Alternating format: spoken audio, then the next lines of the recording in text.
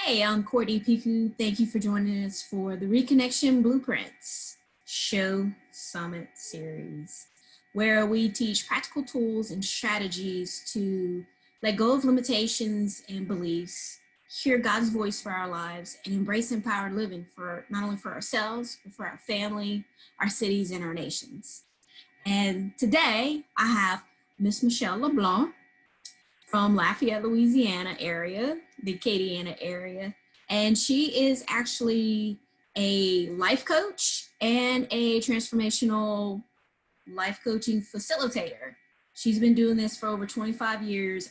I've known her for over 5 years. And the reason why I picked her is because I think it's so important to talk about transformational work and life coaching in and of itself. It's changed my life and has shifted me into a whole different stratosphere. I probably wouldn't even be here today if it wasn't for the training that I did with her. Whew, I think we're going on 6 years. I know we keep saying 5 years, but I feel like it was 2013, 2012 that we did this, that we started it. So, but if you want to just go ahead and, share a little bit about yourself, and then we'll just jump right into this interview. Great. Thanks, Courtney. It's fun to be here, and just hearing about what you're doing is exciting. I love what you described about the whole purpose of your summit and what you're trying to illustrate, because I think transformational work at all levels is so important. As you said, I've been doing this work a long time. I was a teacher. I was a communication major, and I taught speech, debate, and drama, and coached and did plays and all that stuff. And then about the year 1985, yeah, that was about when it was, I attended a transformational workshop. It was a personal growth, whatever word we want to use for it. It evolves over time. Personal growth, transformational. It was a 3-phase program, and it was life-changing. I mean, in fact, Friday night of the first 3-day experience, sitting in the chair, listening to our facilitators, I just decided this is what I was going to do with my life. And I finished all 3 phases. We did it in Austin, Texas at the time. And then came home and we brought it here, and I started facilitating almost, within the year. I don't remember how many months later, and I have loved every minute of it. It's great. Do you believe that people around the world don't know themselves? They don't know who they can be. And that's the whole point of the training we do. So would you say that one of the questions that I was going to ask is, what was the moment that shifted everything in your life? Would you say that it was pretty much doing the transformational training? I think so, because I loved what I was doing before. I love teaching. What I realized is that I was doing some of that already with the students, because I built relationships, because I traveled with them on weekends to tournaments all around the country. So I did that, but I was always focused on the whole person, trying to grow them, not just as speech students, but growing the person. And so when I saw this program, when I got it applied to me, and I got the chance to grow myself, I realized the power. And so it was pivotal in understanding who I was and who I could be. And then it was pivotal in my being able to say, this is my purpose. And I was able to, I know what my purpose is, and I've been living my purpose. That's what I do. I strive to live my purpose, which, this program allows me to do that. And my purpose, if you want to know. Would you like to know what my purpose is? Yes, I would. Okay. Please share with the audience your purpose. It's to share my joy and love of others and inspire them to be the best they can be. That's what I do. That's what I try to do anyway. And I will be honest, speaking from my own experience, that is exactly what you have done. That's exactly what you have created.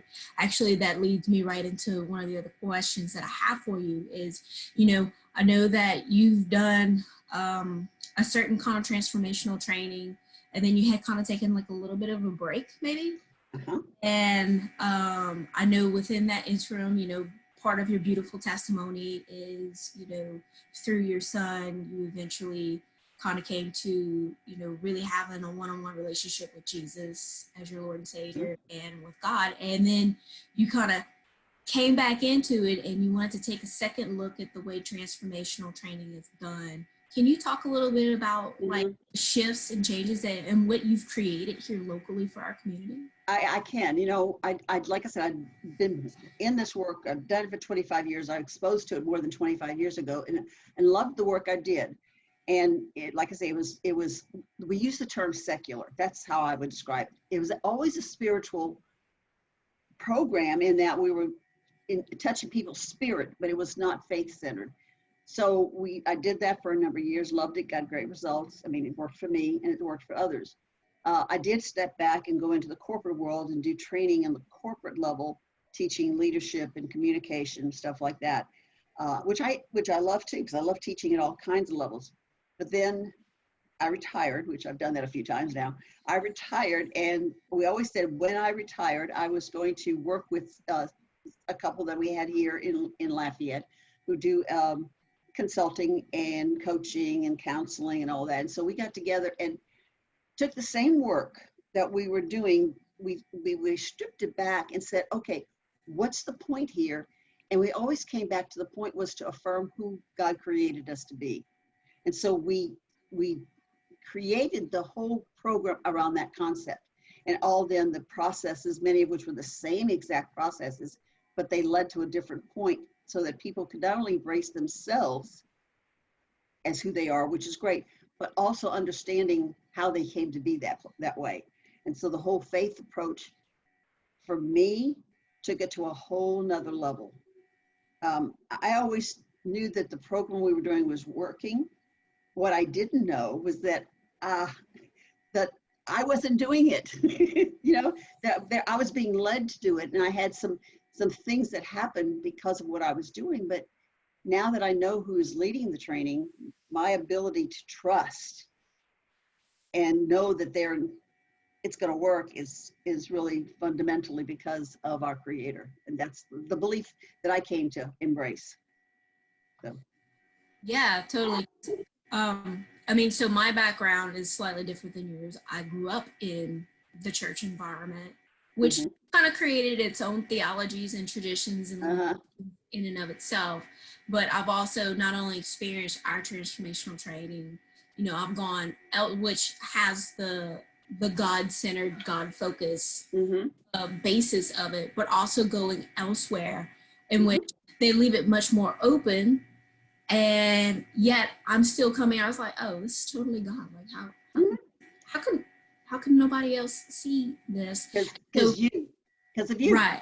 Yeah. Because of the way that I was going into it. And honestly, the work that we've done with the kitchen table counseling and life coaching and with Growth Challenge program in and of itself is like, it actually it helped me catapult even further because of the understanding and what had already been placed inside of me. You know, one of the things that I kind of wanted to touch on a little bit is, you know, how in this field, what is letting go of the limitations and the beliefs that come up?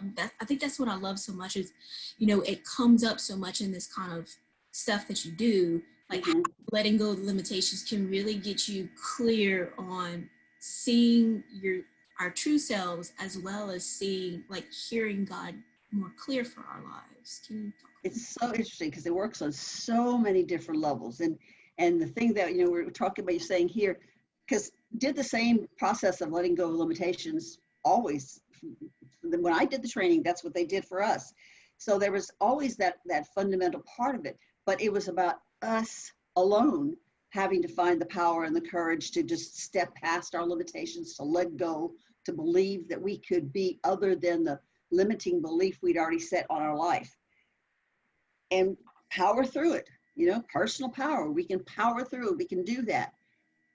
What's different is that now recognizing that letting go of the beliefs is trusting not only in myself, but in trusting God to know that, you know, okay, like with the vernaculars, he's got my back.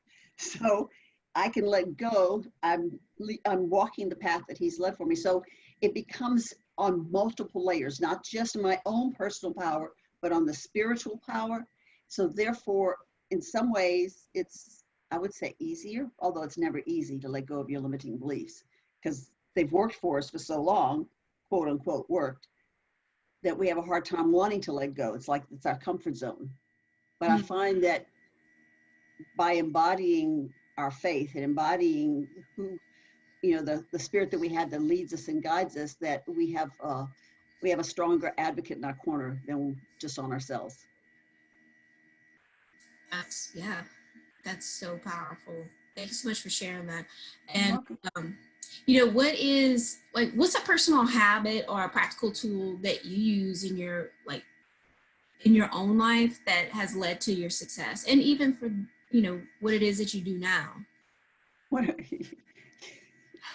Some interesting things come to me in terms of that. It's like one of the beliefs that I have, one of the limiting beliefs I have for myself is I can get really stuck and mired.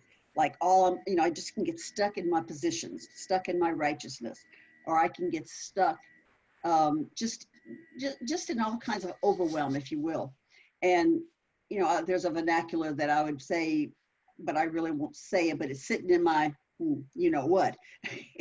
And so I'm not going to say it out loud, but so what that does, there's a mental image I have of that, and I know, and I overwhelm myself with that mental image at an earlier time in my life when I was working on this, so that when it happens to me, I feel it. Like I feel like I'm really mired in what. And so I go, oh no. And so I can literally let go and move out. So having experienced the process of letting go previously, I can then I can lean into it. I can just recall that process. And so it makes it a little bit easier, because I still do it. We we're human. We always can slip back to some of the bad habits we have. But when it happens, I'm quicker. My attention is quicker called to noticing it. And that's the first part of changing. You got to recognize it before you can heal it. Does that answer your question? Absolutely. Okay. Awareness, like just being aware and being aware of being aware, honestly. It's living in the reality. The internal conversations that we have. I mean, you're talking here, and I've got internal conversations, so do you. But being aware of those conversations is half the battle. Yeah, definitely. I love the way someone had turned it to me, and I don't even know if it was in one of the trainings and just volunteering that. Like, you're gonna have the breakdowns, and it's to really kind of celebrate them for even noticing that you're in breakdown. Yeah, because that's a celebration. That's a win, because before you might not have noticed it. It might have just gone on for a long time. And the quicker we are at noticing it, the quicker we can be at fixing it and changing it. Right. And that's just becoming a really good observer of self is the first step.